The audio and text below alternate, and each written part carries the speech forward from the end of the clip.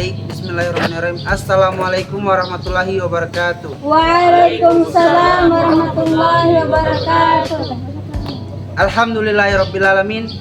Assalatu wassalamu ala asrofil anbiya wal mursalin Sayyidina Muhammad wa ala alihi wa sahbihi ajmain, amma ba'd. Puji syukur kehadirat Allah subhanahu wa ta'ala atas karunia yang telah diberikan kepada kita berupa nikmat kesempatan, nikmat sehat, dan nikmat iman. Salawat serta salam tak lupa pula kita aturkan kepada junjungan kita Nabi besar Muhammad SAW beserta para sahabat, para keluarga, dan para pengikutnya hingga akhir zaman. Untuk mengefisienkan waktu, langsung saja saya persilakan kepada pemateri untuk memaparkan materinya. Baik, bismillahirrahmanirrahim. Assalamualaikum warahmatullahi wabarakatuh. Waalaikumsalam warahmatullahi wabarakatuh. Baik, di sini saya akan menjelaskan materi tentang ketetapan menganalisis konsep kebijakan Kampus Merdeka dan Merdeka Belajar dalam perspektif teori-teori pedagogik. Pendidikan di Indonesia harus selalu mengalami peningkatan di setiap tahunnya. Agar pendidikan di Indonesia mengalami peningkatan di setiap tahunnya, maka diperlukan upaya-upaya dari dalam pemerintah. Salah satu contoh yang dilakukan pemerintah yaitu dengan meningkatkan kurikulum pendidikan. Dengan adanya peningkatan kurikulum ini diharapkan mampu memperbaiki kualitas pendidikan di Indonesia. Kurikulum pendidikan di Indonesia telah mengalami perubahan dalam 11 kali, dan perubahan yang ke-11 dianggap kurang cukup dalam peningkatan mutu pendidikan. Maka dari itu dilakukan perkembangan lagi yang sekarang dikenal dengan kurikulum merdeka. Kurikulum merdeka adalah kurikulum di mana struktur pembelajarannya dibagi menjadi dua kegiatan utama.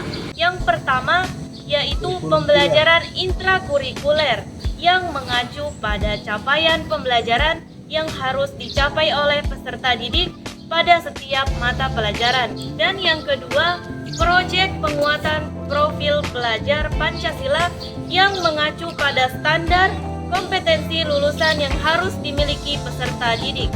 Dalam konteks pedagogik, penataan kembali kurikulum berpeluang menata kembali sekolah sebagai tempat yang demokrasi. Dalam sudut pandang pedagogik, peserta didik harus mampu berkomunikasi dengan teman sebaya dan orang dewasa tentang diri dan lingkungan sekitarnya, mampu memahami dan menyampaikan pesan, mengeluarkan pendapat dan gagasan, berpartisipasi dalam percakapan diskusi secara santun. Dengan hadirnya kurikulum baru, mengajarkan peserta didik peka dengan keadaan lingkungan sekitar dan upaya untuk terlibat aktif di dalam perubahan sosial menjadi bagian dari proses pembentukan identitas. Pedagogik kritis mendukung kurikulum baru untuk memberikan sekolah dan guru pelatihan dalam berbagai tingkatan dampak positif dari kurikulum baru sebagai pelengkap dari kekurangan yang ada pada kurikulum sebelumnya. Adapun teori-teori pedagogik yang biasanya digunakan dalam kurikulum merdeka yaitu ada 3 macam. Yang pertama, teori belajar behavioristik. Teori belajar behavioristik menjelaskan bahwa belajar adalah perubahan tingkah laku sebagai akibat dari adanya interaksi antara stimulus dan respon. Dan teori belajar behavioristik yang dikembangkan dapat disimpulkan bahwa memunculkan respon yang diharuskan dibutuhkan penguatan. Baik, itulah materi yang dapat saya sampaikan. Kurang lebihnya mohon maaf, saya kembalikan kepada moderator. Baik, itulah tadi pemaparan materi dari Saudari Intan. Selanjutnya sesi tanya jawab kepada forum, saya persilakan.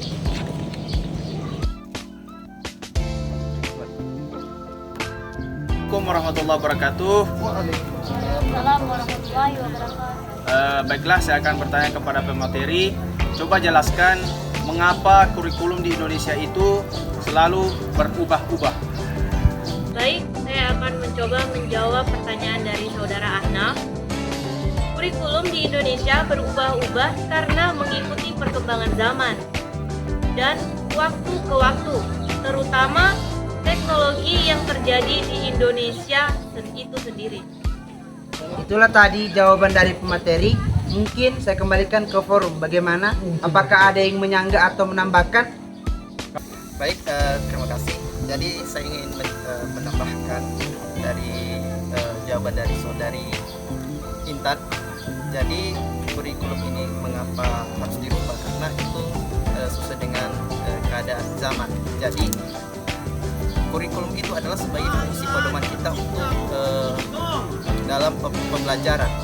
Jadi setiap zaman itu pasti ada perubahan metode cara penyampaian kita dalam pembelajaran dan mengajar. Mungkin hanya itu saja. Terima kasih kepada forum yang sudah menambahkan. Dengan berakhirnya sesi tanya jawab tadi, berakhir pula diskusi kita pada hari ini. Wabillahi taufiq wal hidayah. Wassalamualaikum warahmatullahi wabarakatuh. Waalaikumsalam.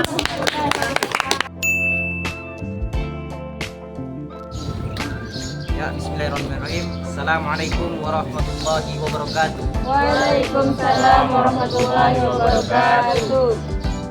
Alhamdulillahillazi hadana li hadza wa ma kunna linahtadiya Allah an hadana. Asyhadu an la ilaha illallah wahdahu la syarika lah wa asyhadu anna Muhammadan abduhu wa rasuluh, amma ba'd. Pertama adalah kita panjatkan syukur atas kehadiran Allah Subhanahu wa taala yang bagaimana telah memberikan kita nikmat, beribu-ribu nikmat, diantaranya ialah nikmat kesehatan dan nikmat kesempatan. Dan yang paling indah adalah nikmat iman dan Islam. Salawat serta salam selalu pula kita aturkan kepada junjungan kita, yakni Nabi Allah Nabi Muhammad Sallallahu Alaihi Wasallam, yang diutus ke permukaan bumi ini hanya untuk menyempurnakan akhlak manusia.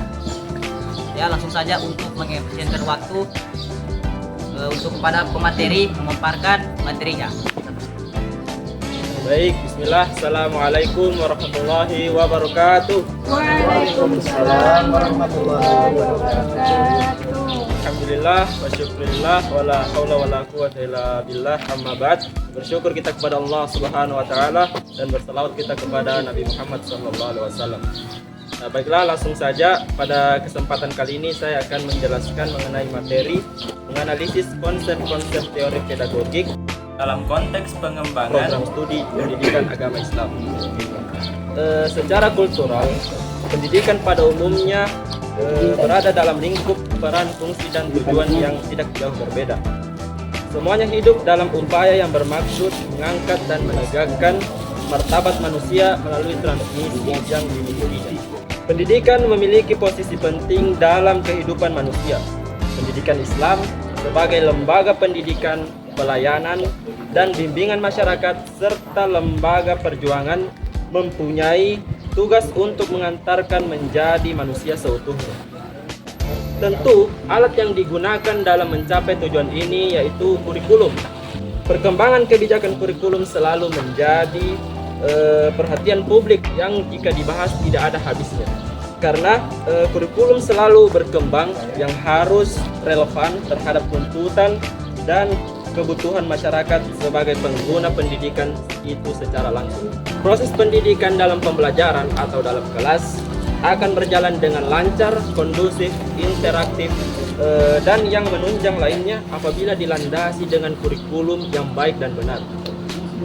Pendidikan bisa dijalankan dengan baik ketika kurikulum menjadi penyangga utama dalam proses belajar mengajar. Kemudian teman-teman, berbicara mengenai pengembangan pendidikan agama Islam, itu berarti kita berbicara mengenai suatu proses kerja cermat untuk merubah hal-hal yang terkait dengan konsep atau karya manusia dalam membangun pendidikan Islam agar menjadi lebih baik pada segala aspeknya dan lebih luas pengaruh maupun kemanfaatannya. Akan tetapi, ini bukan berarti kita merubah landasan utamanya, yaitu Al-Quran dengan Al-Hadis. Akan tetapi, salah satunya melakukan reinterpretasi terhadap pemahaman ilmuwan terdahulu terhadap teks-teks yang tidak lagi relevan dengan modernasi atau masa sekarang. Mungkin itu saja materi yang bisa saya bawakan. Kurang lebihnya mohon maaf. Assalamualaikum warahmatullahi wabarakatuh. Waalaikumsalam warahmatullahi wabarakatuh. Mungkin itu saja pemaparan materi. Saya akan membuka sesi tanya jawab. Baiklah, saya akan bertanya, apa landasan pendidikan pedagogik dalam pendidikan agama Islam? Ya baik, saya akan menjawab pertanyaan dari saudara Reza. Yang menjadi landasan pedagogik pada pendidikan agama Islam yaitu peserta didik dituntut untuk lebih mengenal kepada Tuhannya, nilai-nilai kriteria dan nilai-nilai agama.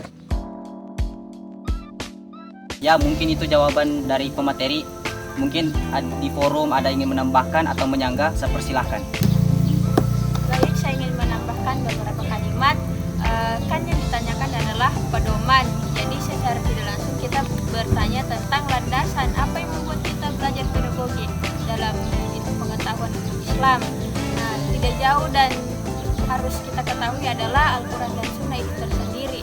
Mungkin yang mendukung dari hal itu adalah undang-undang dari Indonesia itu sendiri. Atau mungkin bisa jadi dari kurikulum itu sendiri. Baik, hanya itu dari saya. Ya, terima kasih kepada forum sudah menambahkan. Ya, dengan berakhirnya sesi tanya jawab pada hari ini, berakhir pula diskusi kita pada hari ini. Dengan mengucapkan hamdalah, diskusi kita pada hari ini ditutup. Assalamualaikum warahmatullahi wabarakatuh. Waalaikumsalam warahmatullahi